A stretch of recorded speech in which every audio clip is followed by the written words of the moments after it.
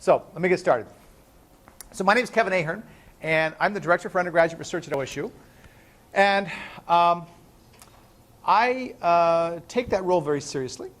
I think that undergraduate research is one of the most important things that you can do to improve your education at OSU.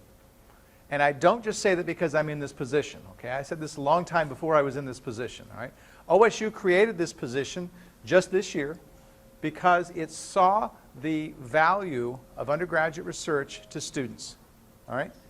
And I hope that I communicate that to you. I hope that if you don't already have that feeling of excitement and interest in undergraduate research, that I will convey that to you tonight, okay? Now, my talk is not about conveying that to you. My talk is about how to get involved.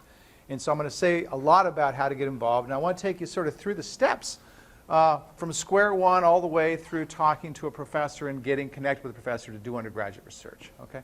So that's really important. How many students here tonight are honors college? Okay, so about half the room is honors college. And honors college students have a built-in reason, I have to do a thesis, right? And I'm worried about how am I going to mentor, right? And so I'm going to tell you how to go about doing that. But there are reasons to do this besides the fact that you have to do a thesis. And I'm going to give you some of those tonight as well. Now, one of the things that my main role is besides informing people and in trying to connect students to undergraduate research, is to play a role of what I call matchmaker, okay? So part of my job is to obviously make students aware. Part of my job is to talk to faculty and create more openings so students can participate in undergraduate research. And part of my job is to connect the two, all right? So you may be very nervous, thinking, oh, wow, how am I going to get involved in undergraduate research? I have to go talk to a professor. I have to come up with all this sort of stuff. And professors are big, hairy people, right? Well, some have more hair than others do. Case in point, okay? Now, the point is that that should not be a limitation for you, all right?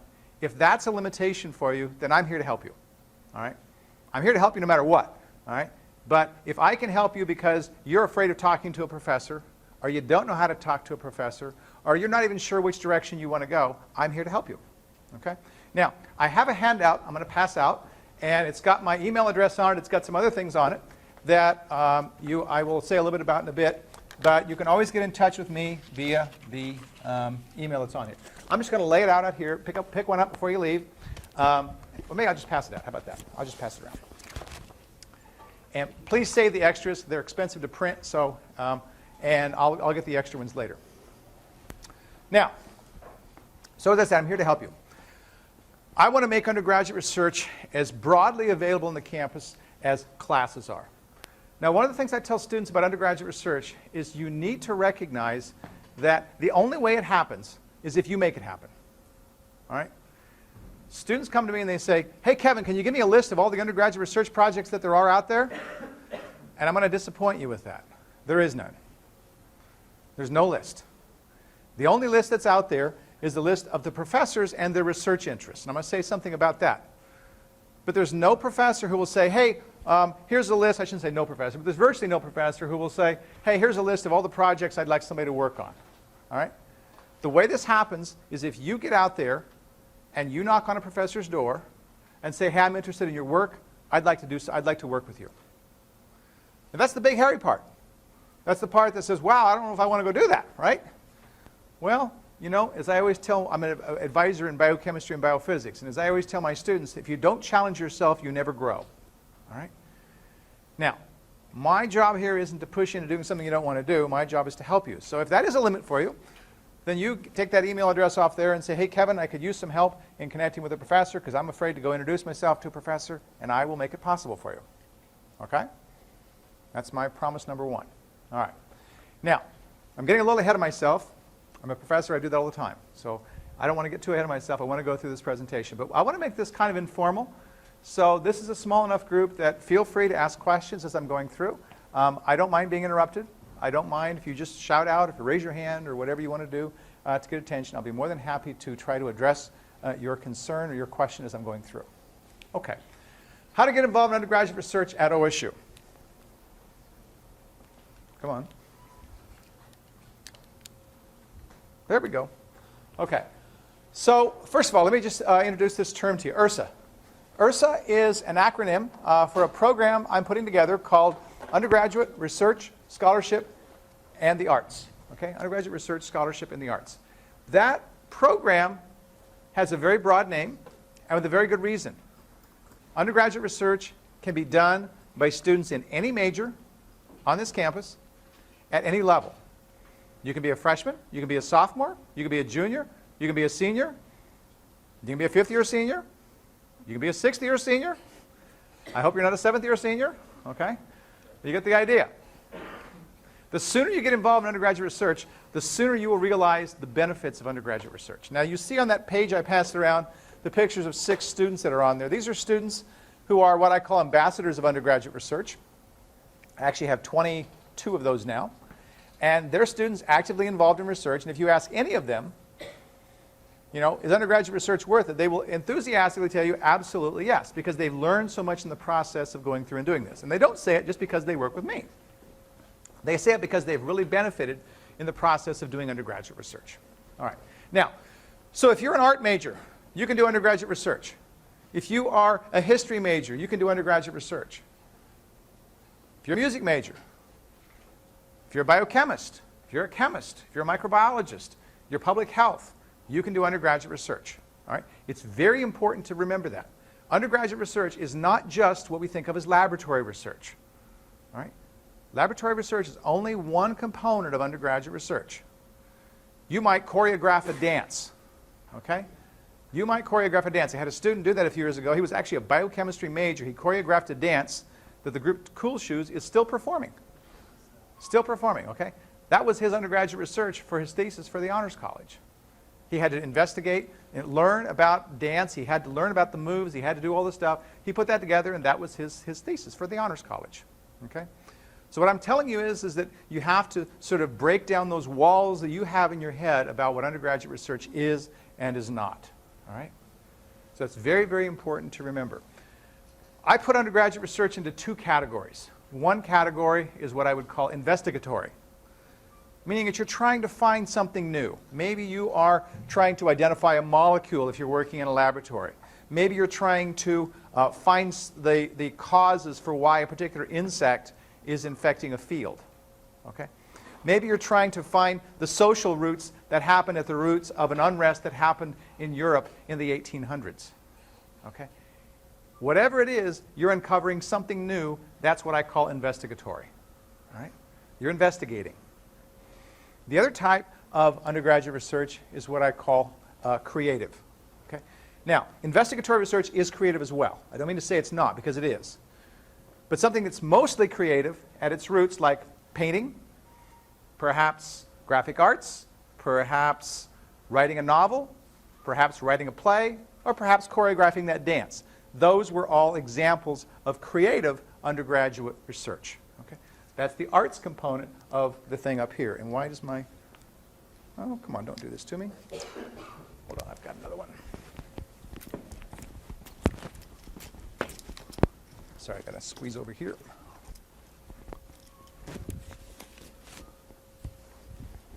Thanks. Okay, now, you didn't come here to get a definition of what undergraduate research was and wasn't. You came here to learn how to get into it. So let's get you into it.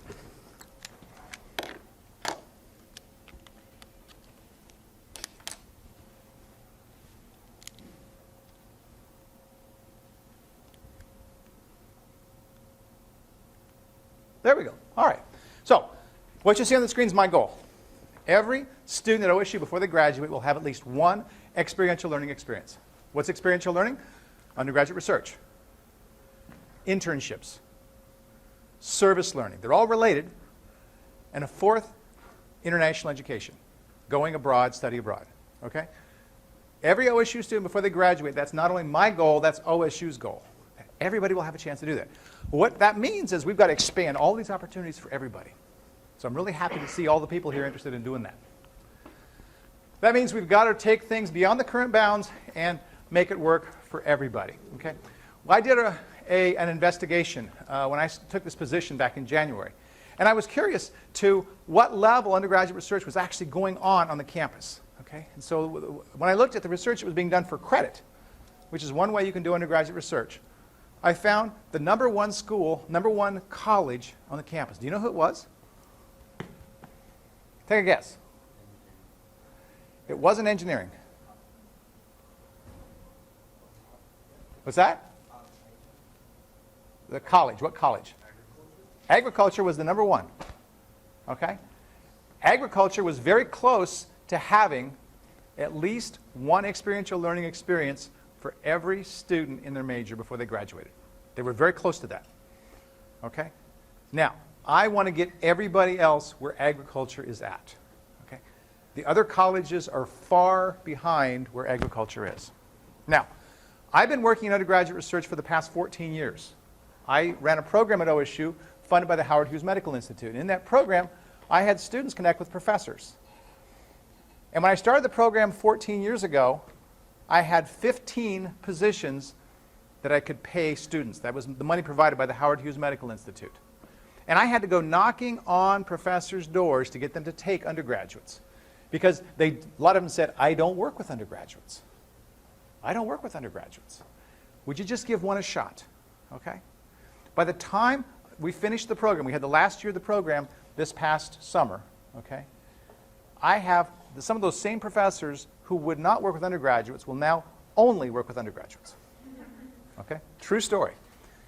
That last year of the program, I still only had 15 positions from my money to pay students. But instead of having 15 students in the program, I had 72. Do you know why?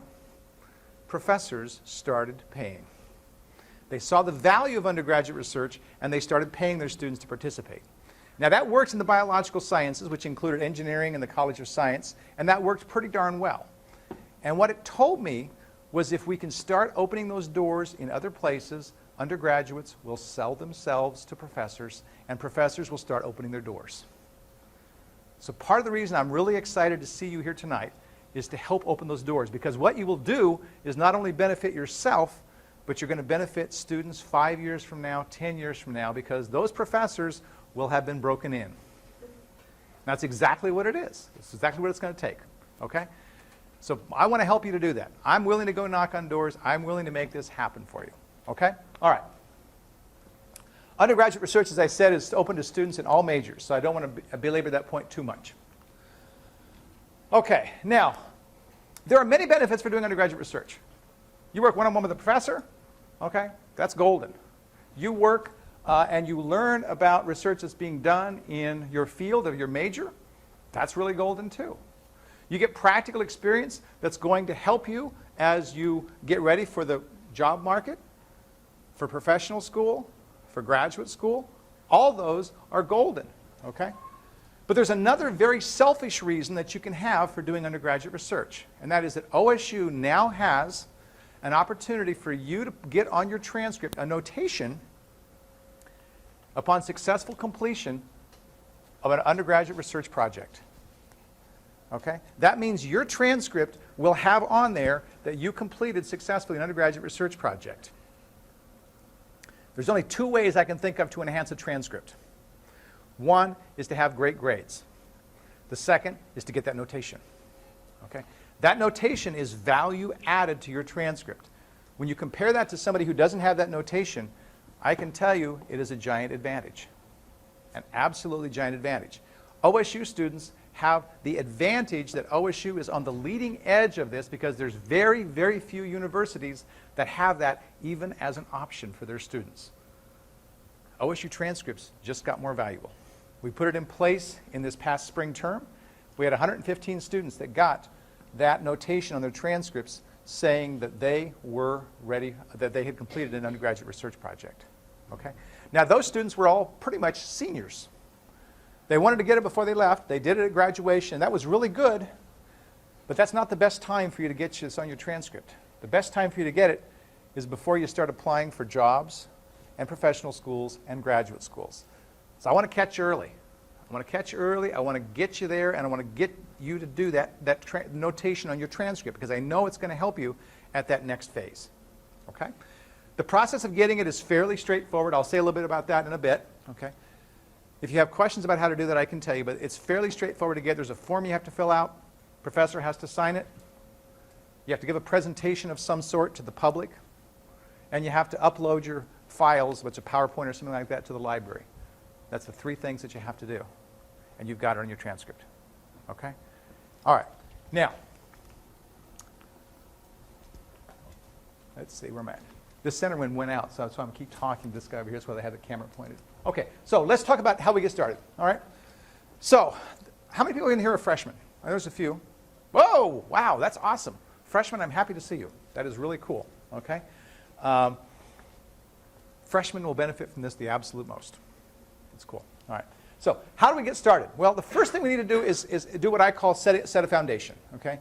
A foundation means that you understand how the university works. You understand how much time is required for you to be successful in your classes. You understand how much balance occurs in making everything happen. All right? For freshmen, that takes a little while. Okay? It doesn't take all that long, but it does take a while. I'm sure as freshmen you saw when you came into the university there was an adjustment. College is not like high school was. Okay?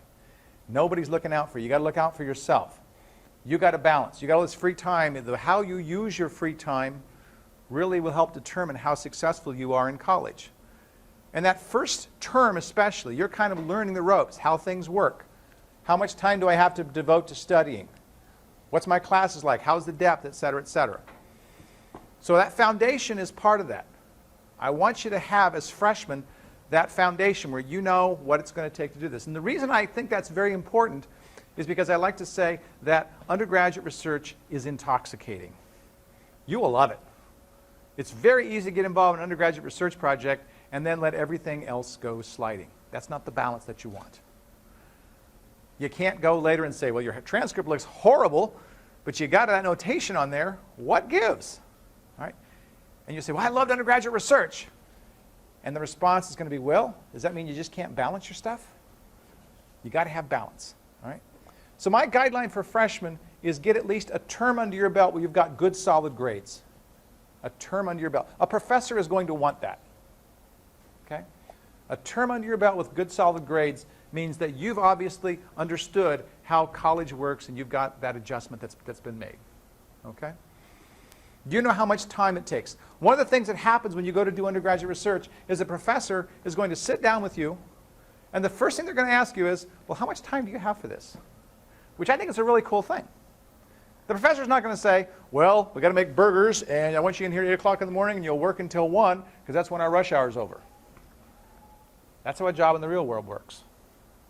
Okay? Undergraduate research works around you, and it's driven by you and your time constraints and so forth. That's really cool. It means you don't want to overcommit. Okay? Not a good idea. You don't want to promise more than you can deliver, and that's why understanding how much time you've got to do that is important. But that time commitment is an important one because the professor is going to work with you on it. And then the professor is going to say, well, when do you want to come in? Not you're going to be here at 8 o'clock in the morning. Not that you're going to stay till such and such a time. I don't care if you've got a class or not. That's not the way it works. The professor is going to work with you and with your classes. And that's wonderful, and you want to respect that. They're respecting you. You want to respect them and back. Okay? That means you don't overpromise the things that you can't deliver. All right. How? That's the big question. Well, how do I find about these opportunities? How do I know about what to go and do? All right? Well, the number one mistake that students make in undergraduate research is they think the following. I don't know. I don't have a project. I don't know what I want to do. I don't know anything about research.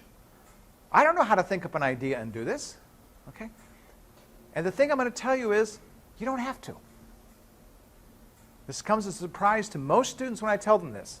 You do not have to have the idea. 99.9% of the students do not have their idea when they go to the professor. The first step in getting involved in undergraduate research has nothing to do with you having an idea or a plan for how you're going to do your research. I want to underline that. I want to emphasize that. The first step is finding a professor whose work is of interest. The professor will have a project for you. Okay? Now, I hope that puts a sense of relief in many of your minds because you think, well, what if I come up with a dumb idea? Is the professor going to laugh at me? Well, first of all, professor wouldn't laugh at you if you had an idea. Professors like that, okay? But the second place, you don't have to have an idea. In fact, if you have an idea, they're probably going to say, well, that's nice, but I've got this thing over here. So the professor's going to have a project for you. All right. How do you find out about this? Well, there's several ways to do it. The first thing I want to tell you is I have on that sheet that got passed around, if you didn't get one, I saw some extras around here somewhere, over here. If you didn't get one of the handouts, come and get it later. On this sheet, there's a thing that says listserv. If you get on the listserv, you will get notices from me of opportunities whenever I get word of one. Okay? To get on the listserv, you simply go to the Oregon State EDU students, the list Oregon State.edu, where it has a little box. You click, you enter UG research to mean undergraduate research. That's the listserv you want to get onto. You click submit, and then you give it the information it wants, like your email address and so forth. I've had several students that have just clicked submit, and then they didn't do anything else. Of course, the listserv has no idea what your email address is, so if you don't tell them that, it's not going to work. Anyway, you get on that listserv. I send notices out to that listserv saying, okay, here's an opportunity coming up. Here's a funding opportunity coming up. Here's an international internship. Here's a national internship. Hey, I've got a professor looking for somebody that wants to do field work on boll weevils. Okay? And yes, that does come up sometimes. All right? So those kinds of things I announce on the listserv. If you're on the listserv, you will get notices of those. Okay? So please get on the listserv. That'll be the number one thing. So the listserv is one way to find out about opportunities. Okay? It's not the main way. I'll be honest with you. The listserv functions more for funding opportunities than it does for just general research opportunities. Okay? The main way for you to find out how to get involved in undergraduate research is on the web. All right? If you go to the OSU webpage, and by the way, I'm going to make this PowerPoint available. I make it as a PDF, and you can download it, okay? So you don't have to write all this stuff down. And again, if you get on the listserv, I'll leave you with the link so you know where it's at and so forth, okay? You go to the web. You go to the OSU webpage. Here's what you want to do. On the OSU webpage, you click on Academics. When you click on Academics, it'll take you to a page, and if you get looking around that page, you'll see, oh, there's all the colleges on the campus. College of Forestry, College of Public Health and Human Sciences, College of Vet Med, College of Science, College of Engineering, College of Agriculture, okay? And you say, oh, okay, so I'm interested in agriculture. I click on agriculture. And then within those colleges, you will find, and in some cases you have to do a little looking around, you will find departments. There's a Department of Animal Science and Rangeland Resources. Okay? There's a Department of Biochemistry and Biophysics. There's a Department of Nutrition and Public Health. Okay? So you click on a department that's of interest to you, and now you're getting very close because within that department, you will see professors' names that you can click on, and you start clicking through those names and start reading research interests. Wow, so-and-so is working on nutrition of citrus fruit. I'm really interested in this. Or maybe that'd be kind of fun. I don't know. Here's somebody who's working on aging. Here's somebody who's working on a French literature project. Okay? The thing that I have to get students over the hump of doing first is do that groundwork. Get out there. Look, look, look, look. If you schedule a meeting with me, and I'm happy to meet with you, the first thing I'm going to tell you is what I just told you right here. Go through and find professors and read through their descriptions. Okay? Some of them are going to be really technical. And especially if you're a freshman and you haven't had much in the way of background courses, whoa, right? I don't expect you to be an expert, and nobody's going to expect you to be an expert. But those descriptions should give you at least a little bit of an idea in terms of what that professor is doing. They'll usually have some fairly basic descriptions that will tell you before they do get technical about that. All right? Now, I'll be honest with you that not every department is good about helping you to find where your professor is, where professors are. Okay? So if you get looking and you just can't find it, don't beat your head on the wall. Come see me, give me a holler or email, and I'll be happy to have you come in, and then I'll sit down with you and we'll find it. Okay? So don't get too frustrated with it. The main thing is I want you to get finding what's there and reading through those, because that is the very first step in the process. Yes? Yes? So they have this program called URSA. Yes?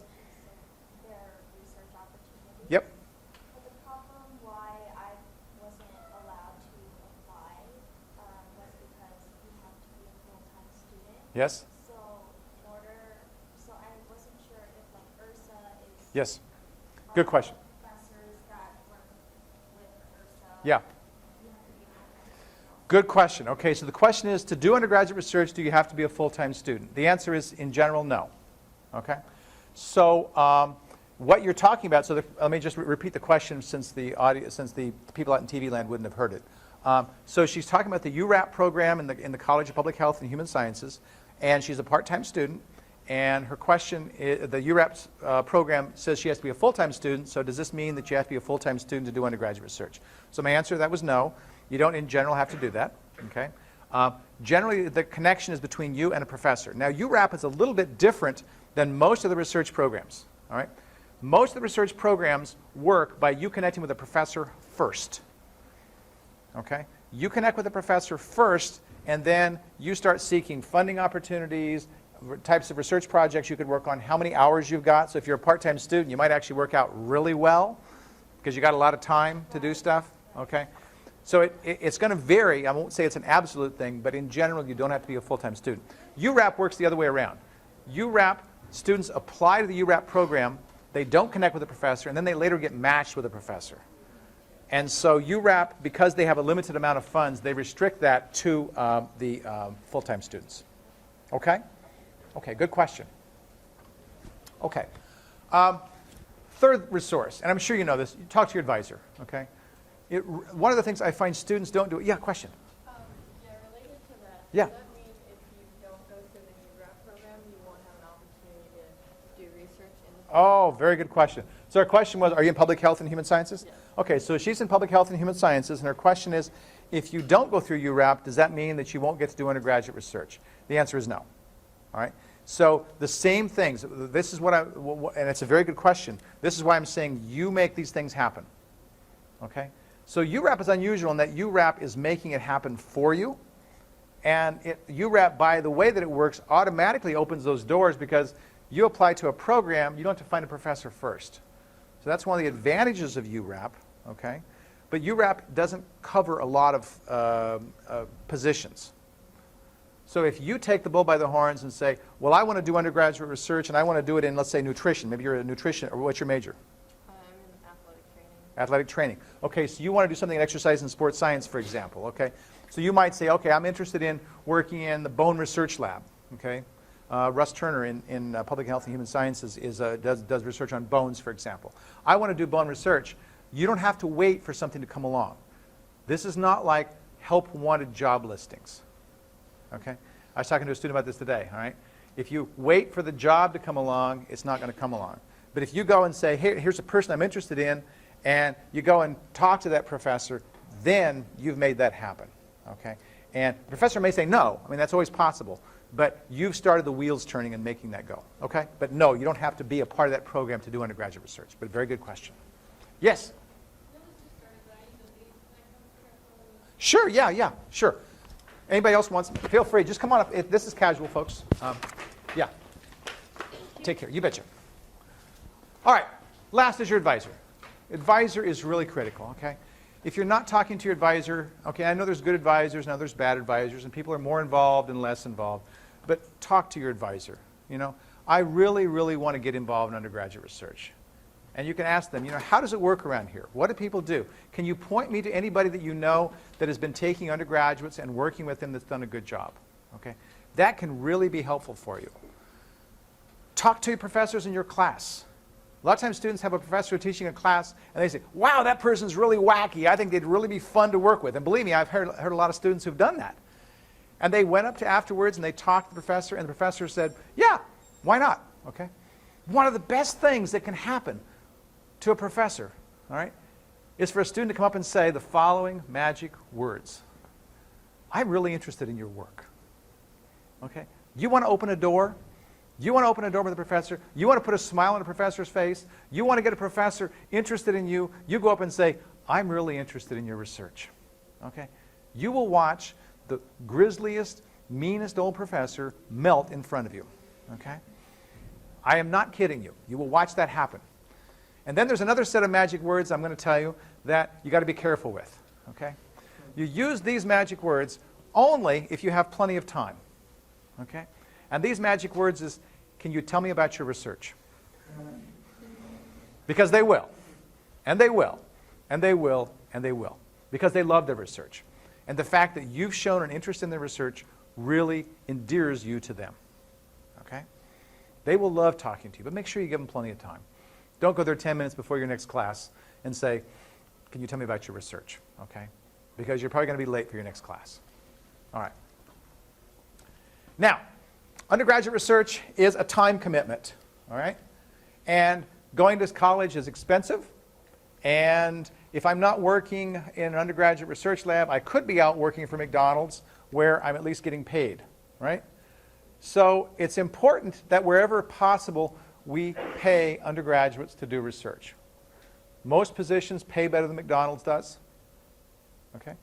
Not all positions are paid because there's not a lot of professors who have money to pay undergrads, but there are many professors who do. What if my professor doesn't have money to pay me? Does that mean I'm not going to get paid? No. Okay? There are grants that you can apply for that will give you money to pay yourself to do undergraduate research. Now, there's almost a third set of magic words for a professor. I have my own money. Okay? I have my own money. If you have work-study money, that's almost free money as far as they're concerned. So if you have work-study, always mention this with a professor really early. Okay? I've got work-study money and I'm looking to get involved in research and I'm really interested in your research. There's 3 sentences, 3 magic sentences, bang, bang, bang. It's hard for somebody to say no to that. Okay? I am interested in your research. I really want to get involved and I would like to write a proposal with you to fund my research. Every bit is golden. Okay? It shows initiative on your part. It shows that they may have a way for you to get paid without it costing them a dime. And paid employees are much happier than unpaid employees. Okay? Very, very good. Okay. Now, how do you find out about these opportunities? Well, there's a program called URSC, U-R-I-S-C. It's very, very underused by students. I'm going to tell you about it. It stands for Undergraduate Research, Innovation, Scholarship, and Creativity. It'll be on the program. You don't need to know that. But it's funded by the OSU Research Office. The OSU Research Office puts out a fair amount of money, not a lot, but a fair amount of money, to students who can, once they've identified a professor that they want to work with, they and the professor together write a proposal describing the work that they will do. And if it gets funded, then the money goes to the professor who then pays the student that money. Okay? Does that make sense? It's a fairly straightforward thing. If you apply for a URSC grant, you can get $1,000 for 1 term, you can get $1,500 for 2 terms, or you can get $1,800 for 3 terms. Okay? There's also a separate program that works during the summer. Okay? That works a little bit differently, but the amounts are about the same. Yes? What are the requirements for funding? Does it vary between each opportunity? The requirements for funding for a URSC or for just funding in general? I guess in general. Okay, so what are the differences or what are the requirements for funding? The main requirements are really how well the professor is funded. So if we're talking about somebody who's doing cutting-edge research and they have a lot of federal grants, I keep pushing that back, they probably have funding that they can give. But they may also have a lab full of people. So they may say, well, I've got a lab full of people, I'm paying a bunch of graduate students, I'm paying this technician and so forth, so I don't have money here, but if we got a grant, we could do that. So every situation is different. There's no one answer to that question. If I'm working on a project where I'm doing a history project and I'm trying to investigate, like I said, social unrest in Europe in the 1800s, I may not have a grant that's paying me to do that. And so, therefore, I probably wouldn't have money to pay a student. That's why getting something like a URSC is so much more important. Okay? Now, the bug I want to put in your ear about the URSC is it's underapplied for. Okay? It's underapplied for, meaning that they don't get nearly as many applications as they should. Yes? Does it work for international students? Does it work for international students? Absolutely. Absolutely. So this is a program that's for OSU students. So it has nothing to do with any federal money or any of that. It's for OSU students. So you can be international. You can be, you do have to be full-time. You do have to be a full-time student, so your situation wouldn't work. You can't be a part-time student. I'm pretty sure you have to be a full-time student to do that, okay? Not in the summer. Summer does not require that. But during the school year, I think you have to be full-time. As I said, it's under-applied for. Students aren't out there applying. And because they're not out there applying, guess what happens? Well, the message is students aren't interested in it. And so just like why I said, well, we opened doors because I started getting students knocking on doors, and the doors started opening and professors started letting them in, this has to happen with URSA. We've got to have students and professors applying for these awards, because if you don't apply for the awards, the amounts that they're giving are never going to increase. And they haven't increased in years because people aren't applying for them.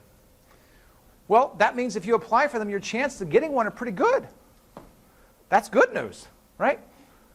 And I want to make that even bigger and grander for more students. Now, the URSA program has different deadlines during the school year. If you're currently working in a laboratory, which you're probably not if you're in here, but if you're currently working in a laboratory, there's a deadline of November 5th, which is Monday, for students who want to get URSA for the winter and spring term. And now you're going, damn, I don't have time to do this. I can't do this. I've got good news. How many freshmen or sophomores are in here? Okay. The majority of people in here are freshmen and sophomores. If you're a junior or senior, this is unfortunately not going to work for you.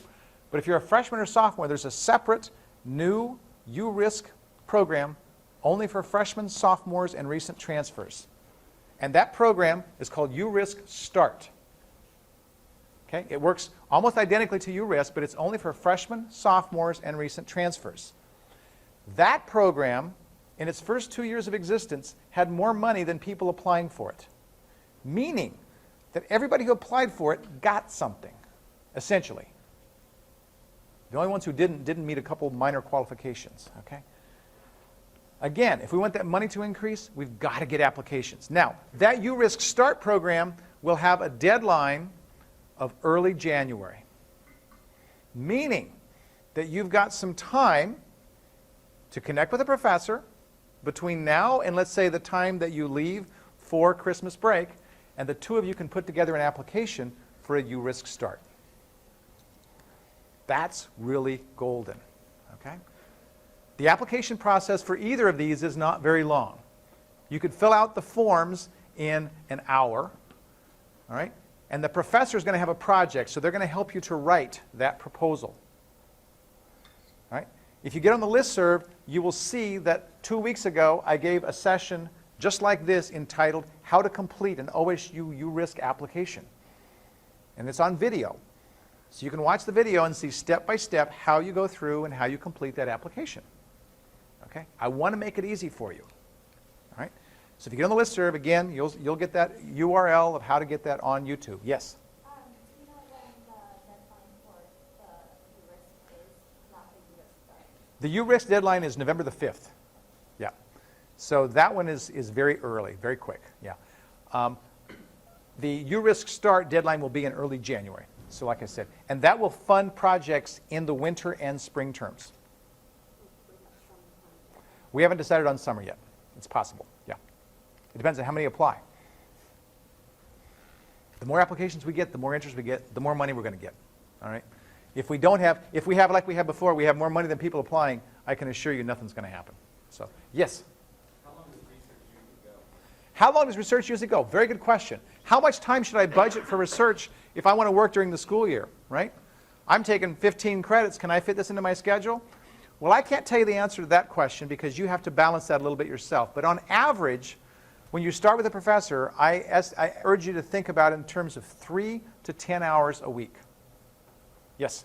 How many terms would it go? Would it be like something that goes on for 2 or 3 terms? Okay. So that's going to depend a little bit on how well you do with the professor. Okay? So a professor is not going to make an indefinite commitment. But I would say this. If you work well with a professor will generally have you around for as long as you want to be around. Yeah. It's not uncommon for a student to start in freshman year and to be still there in the senior year. Yeah. If you're not working in the lab, is the deadline still November 5th? Good question. If you're not working in a lab, you can't apply for either one of these. That is, if you don't have a professor connected, if you don't have a connection with a professor, you can't apply. So the challenge is you need to connect with a professor in order to do that. So the URSA, are you a junior or something? Junior or senior? You're a freshman? Yeah. Okay. So if you're a freshman or sophomore, then you have time to connect with the professor, say between now and the time you leave for Christmas break. So my strong advice would be you need to be thinking about finding that mentor. So that very first step that I talked about, which was going out and finding the professor, that's where everybody's got to start. You've got to start there. You can't do the application first. You've got to have a professor first. Okay? All right? And tell the professor when you meet with them, I'm interested in applying for a URSA. They'll like that. They will like that a lot. Okay? Okay, good questions. Other questions?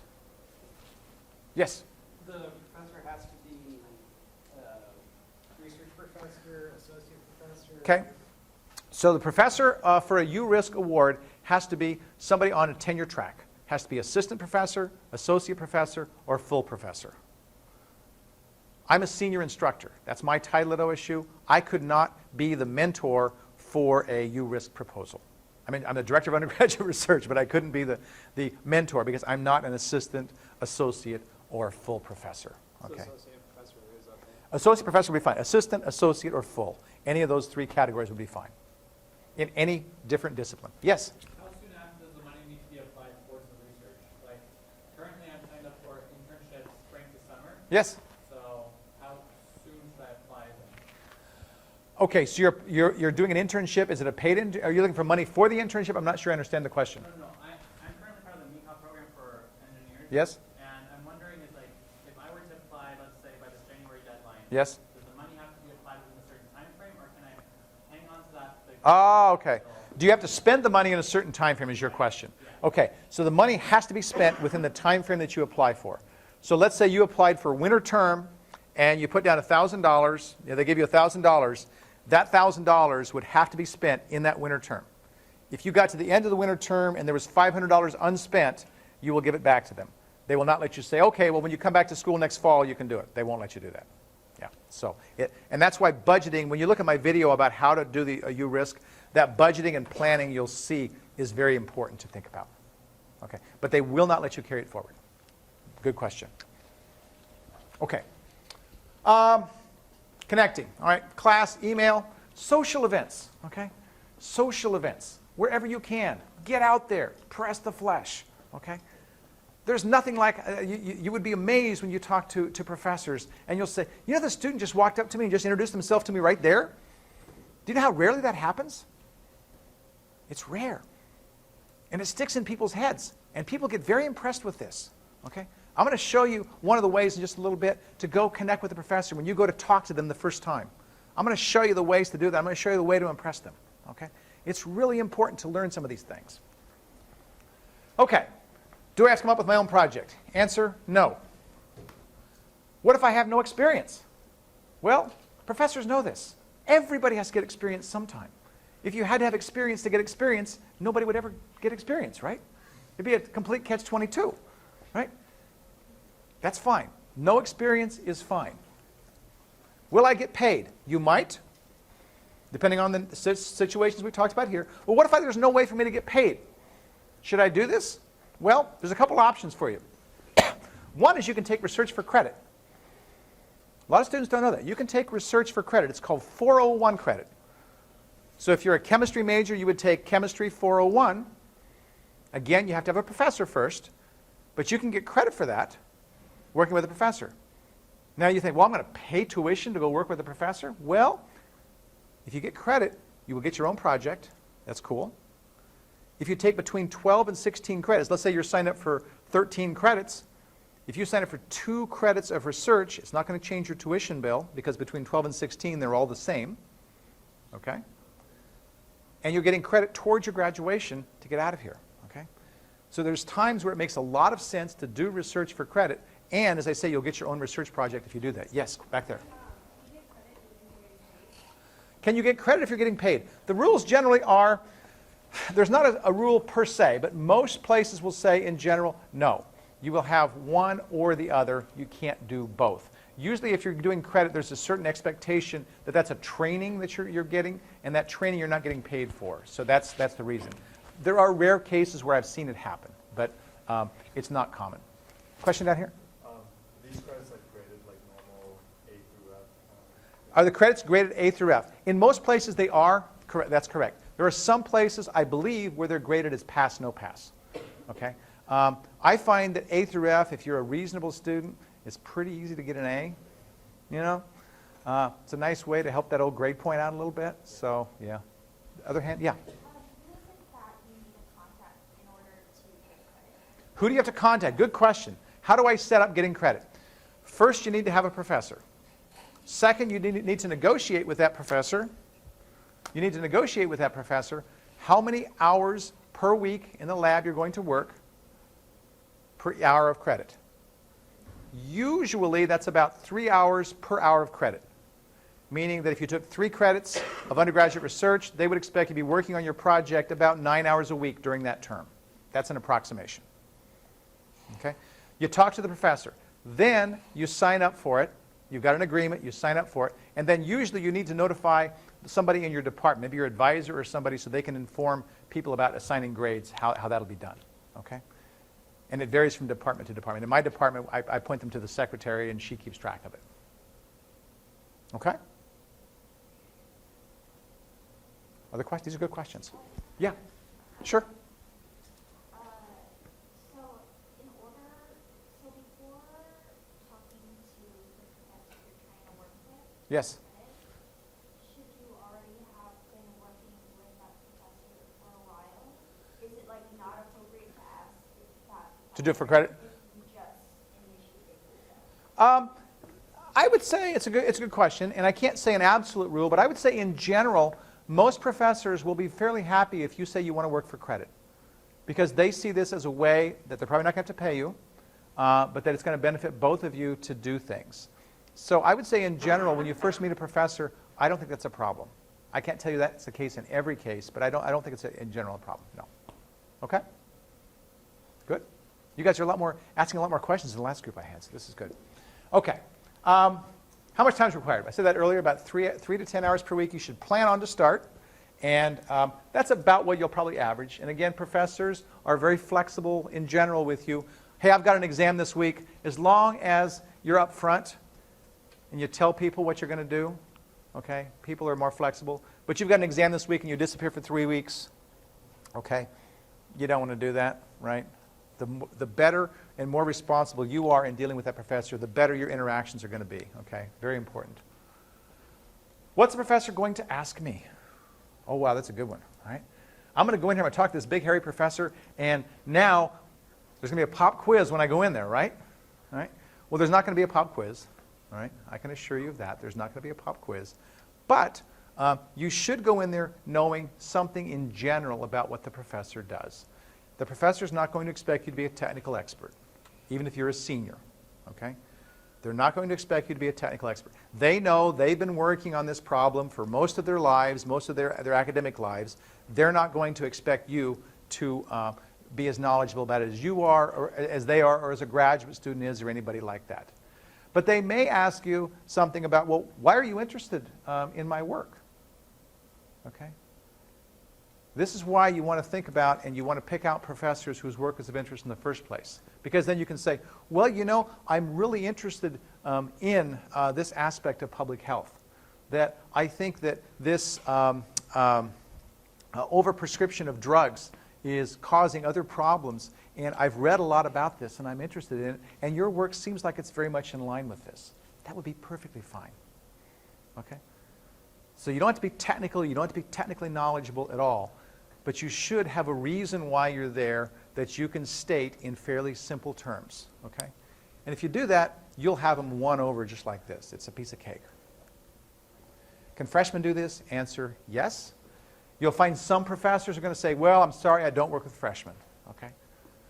And that happens sometimes. I'm trying to break those walls down as well. I can't promise to break all walls down. But that does happen sometimes, in which case you say, okay, thank you, you know, and then you go find somebody else, all right? Or you come back and talk to me and see if I can pound them on the head, okay? All right. Can I change my mind, okay? Well, yes and no, okay? As I tell students, one of the things that happens is when you get involved, you want to go do undergraduate research, it has to work both ways. It's like marriage. The professor has to like you, and you have to like them, okay? It can't be one chasing the other, all right? So if you go in there and as you're sitting there talking to the professor and you just say, whoa, man, this is a little bit more than I asked for, et cetera, okay? It's okay to say, well, okay, let me see how this will fit into my schedule, and I will let you know, okay? That's okay to do. What you don't want to do is get him in there and work for a month and all of a sudden decide, wow, I committed to 10 hours a week and I'm already working a job and I'm taking 18 credits and I don't have time for this, okay? Well, yeah, you can change your mind, you can get out of that, and I would want you to get out of that if you overcommitted in the first place, but I would much rather have you not overcommit to start. So that's why that foundation I talked about was important, where you know what your time commitment is, okay? Nobody's going to want you to go in there and do research to the detriment of your classwork. Nobody. Even the grumpiest professor is not going to want that. But that's still not going to leave a good impression if you've gone and you've been sort of, you know, overestimating your abilities and so forth. Talk, talk, talk, okay? You can sit down with the professor and say, you know, I'm really sorry. I overcommitted, and I know this. You've spent some time training me and some money training me, and I don't want to disappoint you, but I also have to think of my classes, and I'm realizing I bit off more than I can chew. That's going to be much more acceptable than just disappearing or sending an email, okay? As I'll say in a little bit, one of the big mistakes students make is that they put important things in email. You should never, ever, ever do that. Never put an important thing in an email, okay? One of the big mistakes students make, and I'll show you an example in a bit. Okay, connecting, scan the web. OSU website, academics, this thing I told you before. From that page, click on the college of your interest. Depending on there, you may have to search around, identify professors, consult, contact by email. Now, this is where students trip up. Okay? I just told you, I said, don't put anything important into an email, and now I've just said contact by email. Okay? The mistake students make is this. They go in there and in their email they say, I'm so-and-so and I want to have you as a mentor for undergraduate research. Can I work with you in your laboratory? You've just asked them something important in email. No. The easiest thing in the world to ignore is email. The absolute easiest thing to ignore is email. The absolute easiest thing to write is email. That's why spam exists. Okay? Do you want your message to be at the level of the same spam that this person is clearing out of their folder routinely? Absolutely not. The only thing you want to do in that first email to that professor is say, I'm interested in your work. I'd like to talk to you about it. Can we set up an appointment? Okay? Do not ask for more than a meeting. All right. Here's an email request. I think this is a very reasonable request for you to ask a professor. Dear Dr. Ahern, that's me. Okay. My name is Jane Flidplank, and I am a sophomore majoring in exercise and sports science. I'm a very motivated student, and I'm interested in research in exercise sports science going on at OSU. I saw your webpage describing your work with musculature and horses, and I found it very interesting. If possible, I would like to have the opportunity to meet with you to discuss it further. Now, this professor doesn't know. They may have suspicions, but they don't know. They know that you're interested in their work, and wow, you've written a nice little introduction to introduce yourself. Okay? Now, mistake students make is that they don't do this follow-up sentence. Okay? The follow-up sentence is to let the professor know when they're available. Okay? Instead, they'll say, when can I meet with you? All right? I harp on my students. I see a couple of my students in here, and they know what I'm going to say about this. Okay? Here's what happens. When can I meet with you? And the professor writes back and says, how about Tuesday at 9? Student says, oh, I got class at Tuesday at 9. Professor's a little irritated. How about Wednesday at 10? Oh, I can't do Wednesday at 10. Okay? You've just pissed off the professor. Okay? You've pissed off the professor. All right? I'll give you an example. In my case, I get over 200 email messages a day. So I tell the students in my class, if you don't come to me with some times, and not just one time, but several times that you're available, that you could meet me, then you're not coming in prepared. Your message to the professor that you want to work for is, hey, I'm a good student. I'm interested. I'm motivated. I'm prepared. This says I'm prepared. Okay? Do that. Now, in this first message, this very first message, you've given this positive impression. You haven't given away, you haven't revealed your hand yet. You've said, I would like to meet with you. Would it be possible for me to meet with you during these times? Okay. Thank you so much for considering this. I look forward to hearing back from you. Okay. Sincerely, blank. Okay. Then you got the waiting game. Email is very easy to ignore. Email is very easy to overlook. Okay? The question is, how long do you wait before you bug the professor? Okay? Number one thing, you don't want to bug the professor because you're going to leave that bad impression, right? You're trying to leave a good impression. You don't want to leave that bad impression. So how long do I wait? All right. After sending your email, wait 1 week. Okay? The professor might be out of town. They might not be doing their email. They might be grading exams. They might have a variety of things going on. If you haven't heard back from you in 1 week, you haven't heard back from them in 1 week, then it's okay to follow up. Okay? If after 1 week you do not have replied, it's okay to send a second request similar to the first one. Might change it just a little bit, but that's the basic idea. Okay? You don't say, hey, I sent you this message last week, stupid. You know? Are you ever going to reply to me? No, no, no. You're going to be polite? Okay? They might be very stupid. That's possible. But you're not going to tell them they're stupid. Nobody likes to be told they're stupid. All right? If you still have no reply, and you really want to work with that professor, now, first of all, I would worry if I send a couple messages and they get ignored. Well, either maybe this professor is not really interested, or maybe if they're this slow to get back to me, how slow are they going to be about other things? All right? But they may also just have other things going on. So if you want to pursue this, the thing to do then is to go to their office. Okay? Go to their office and try to find them. Okay? And you can start by going to their office. You don't have to send an email. You can go to their office and say, you know, I'm interested in your work. I'd like to have some time to talk with you. Could we set up a meeting sometime? That would be okay. Okay? All right. So go to their office. When you go to their office, anytime you go to a professor's office, come prepared. Number one, you've got with you in a folder your resume, and you've got a letter thanking them for meeting with you. Okay? You're carrying this with you. Even the very first time you go there, you're carrying this with you in the chance they say, yeah, come on and sit down. Because what you're going to inform them when you hand this to them is, I came prepared. Okay? So anytime you go into their office, you're coming prepared with that resume and a letter thanking them for being willing to meet with you. Okay? That after you sit down with them, you're going to leave this with them.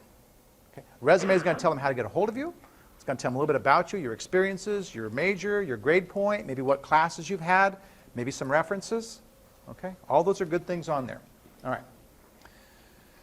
If you go to their office, introduce yourself and ask if you can meet with them about their research. And here's a very important thing. Okay? I teach a class in the Honors College on interview skills. Okay? And there's some things that I tell students that are very applicable right here. All right? And that is that you should always act like an equal. Don't go in like I'm down here. Okay? And you're way up here, right? Not good. Because if you act like you're down here and they're way up here, they will treat you like that. People will treat you the way that you act. If you walk in, that's why professors say, you know that student that walked up and shook their hands with me? What was the message here? That student was confident. That student was ready. That student acted like an equal. Okay? You're going to go to that professor and you're going to walk in and you're going to stick out your hand before they do anything and you're going to say, hi, I'm Kevin Ahern.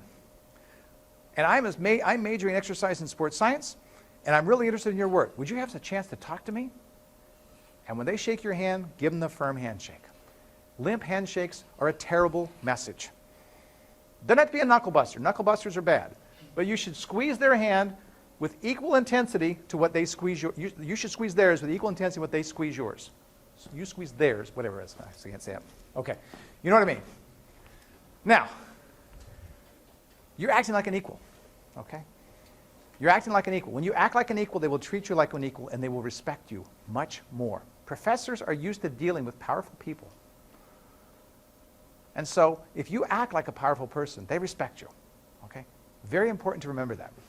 All right. Now, when you go there, introduce yourself, ask if you can meet with them. They might remember your email, in which case they say, oh, God, I didn't get back to you. I'm sorry. That's okay. Otherwise, don't mention it. It really doesn't matter. The most important thing is that you're getting a chance to meet with them, which is what you wanted in the first place. Okay. What do I say? What do I do? I've just introduced myself. I've just shaken their hand, right? Well, here's where the magic words come in, right? I'm really interested in your work. Okay? All the things I've told you. Confidence. Okay? Firm handshake. Remind the professor of your major. Okay? I'm in exercise and sports science. Okay? I'm really interested in your work. There's the magic words, right? Be prepared. If they say, well, what interests you about my work? You're prepared. You know something about that. You can comment on why you're interested in their work. Okay? One of the messages that you don't want to communicate is, well, I'm an honors college student, and I have to do a thesis. And a lot of honors students go into a professor's office and say that. What's the message? The message is, I'm more interested in my thesis than I am in what you do. Not good, right? It's okay to be an honors college student, and it's okay to have a thesis to do. But if you go in there and say that I'm here because of this thesis, then what you're telling them is, I'm not here because I want to work on something. I'm here because I have to do something. Okay? All right. Ask them to tell you about their work. That's the second set of magic words. This will usually get them talking considerably. Then, ask them, do you let undergrads work with you? Straight to their face. Okay? Don't apologize for it. It's a very reasonable question. It's perfectly okay to ask. And if they didn't before, they might just all of a sudden start considering it because you've just asked them square to their face with a very nice smile on your face. Okay?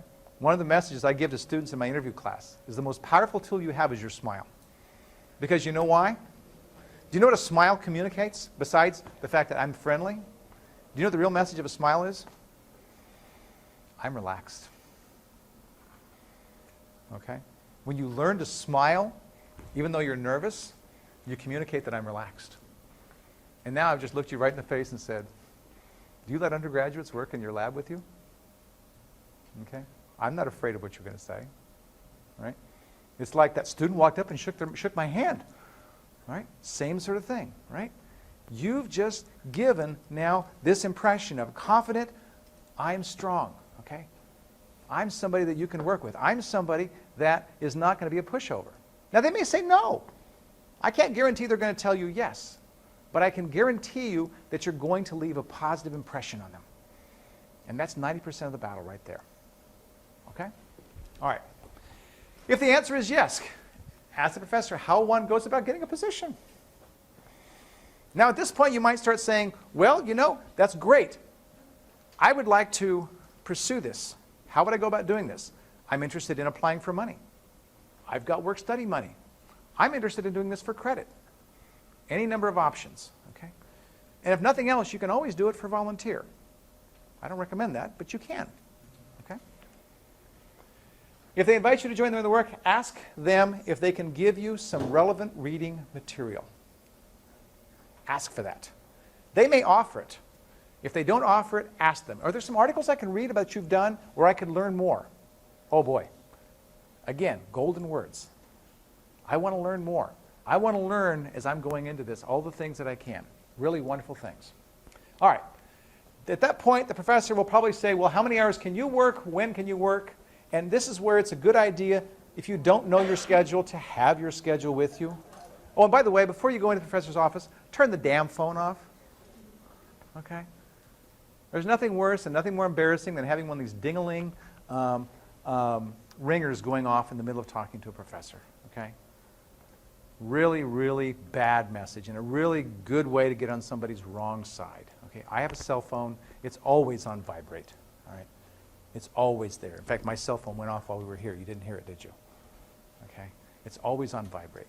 Now, I'm not saying you always have to have it on vibrate, but before you go talk to anybody important, turn that thing off. Okay? I can't give you a bigger, more important message than that. All right. Now, so you go in there, you've got your schedule. All right? So if they say, well, are you free on Tuesday mornings because that's when we do work with animals, for example. Okay? And I really could use some assistance doing that. If you don't know your schedule, the message is, well, not good, right? You're not prepared. Have your schedule with you if you don't know it by heart. Okay? And have an idea about how many hours a week you want to work. As I said, 3 to 10 hours I think is a reasonable amount. And the professor may say, well, I really need somebody here for 6 hours, a 6-hour block. I've got a professor in my department that does this. I've got to have a 6-hour block free 1 day a week. And you don't have a 6-hour block free 1 day a week. Does that mean you bend over backwards and make a 6-hour block free 1 day a week? Well, you don't skip class. Okay? And If it's not practical for you to do, you may just have to say, well, I'm sorry, I can't do that. And that's okay. Okay? Because they're asking you. They're not demanding this of you. Yeah? Are we supposed to know our schedule for next term? I would know your schedule for next term. Yes. Yeah. If you haven't already registered, then no. But once you've registered for next term, yes, you should know your schedule. Okay. So right now we haven't even started pre-registration. You wouldn't know your schedule for next term. And nobody would ask you at this point your schedule for next term. Okay. But they might say to you, well, can you try to keep a 6-hour block free someday next week? Okay. And that's just one example. That's not common that people will say that. But that might be something that you would say, okay, well, I'll see if I can do that when I'm lining up my schedule. Okay.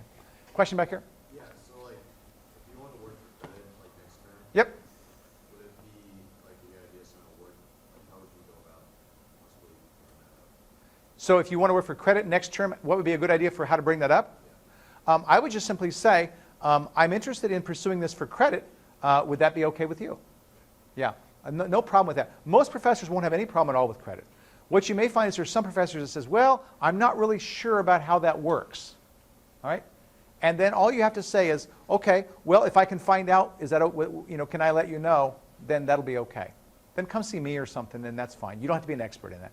A lot of professors haven't had experience with working for research for credit, and so they may, especially if they're outside the sciences, they may not know. But there's ways of doing it. That's not a bad question to ask, not at all. Yeah. Okay, good questions. Let's see, what else we have here? Be sure you can come in as many hours as you say. Don't overpromise, and make sure if you say you're going to be there at 9 o'clock in the morning, that you're there at 9 o'clock in the morning, and not at 9:10 or not at 9:30 because your alarm didn't go off. Okay. Make sure you're going to be there. Okay. Just so important to do that. When you're done, send an email thanking the professor for meeting with you no matter how your meeting turns out. Okay? What you may do if the professor said, well, I'm sorry, I don't work with undergrads, or I'm sorry, my lab is full and I just don't have the time, which happens sometimes. Okay? Then your message to them saying, well, thank you very much for meeting with me, will come very, very sweetly to them. And what may happen out of that is that professor may say, go to one of his colleagues and say, this kid came and talked to me the other day, and I didn't have something for them, but they really seemed interesting, and I wonder if you'd be interested in talking to them. You may open doors with that follow-up email if something didn't work. If it did work, then great. You've just made a really good friend in that thank you that you've just sent. Okay?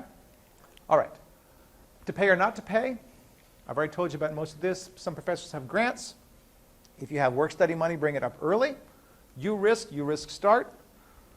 Scholarships. There are scholarships in various colleges that a lot of these work mostly in the summer, but there are scholarships, for example, like the PHNHS has URAP, which we talked about earlier.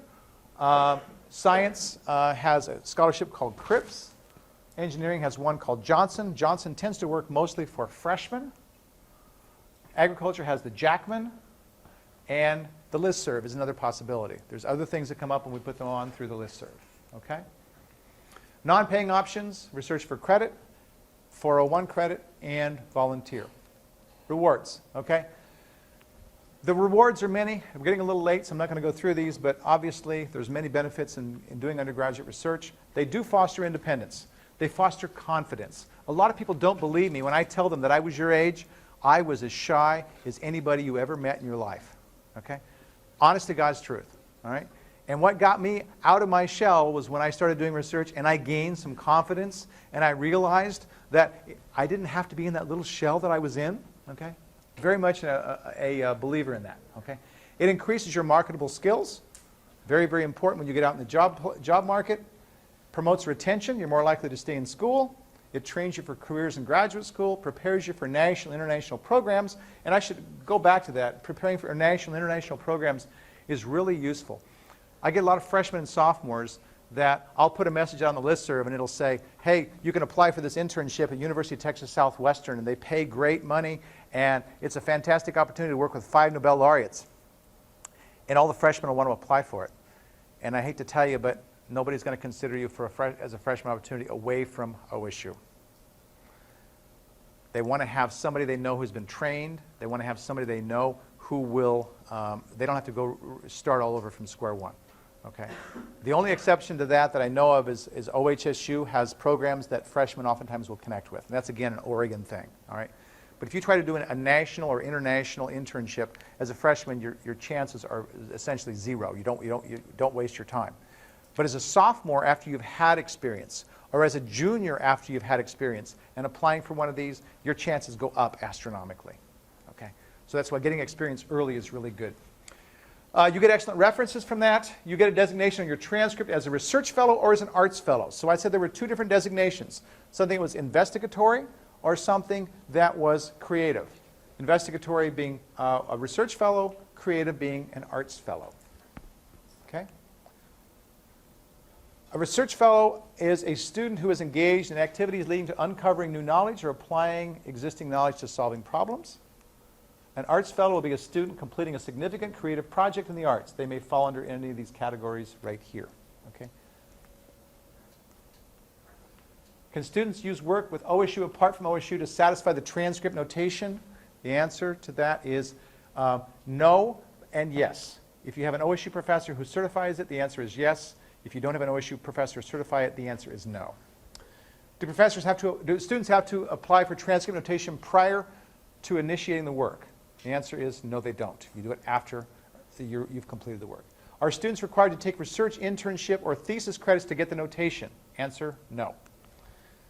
Can the transcript notation be made after a student has graduated? This is a very important one. The answer to that is no.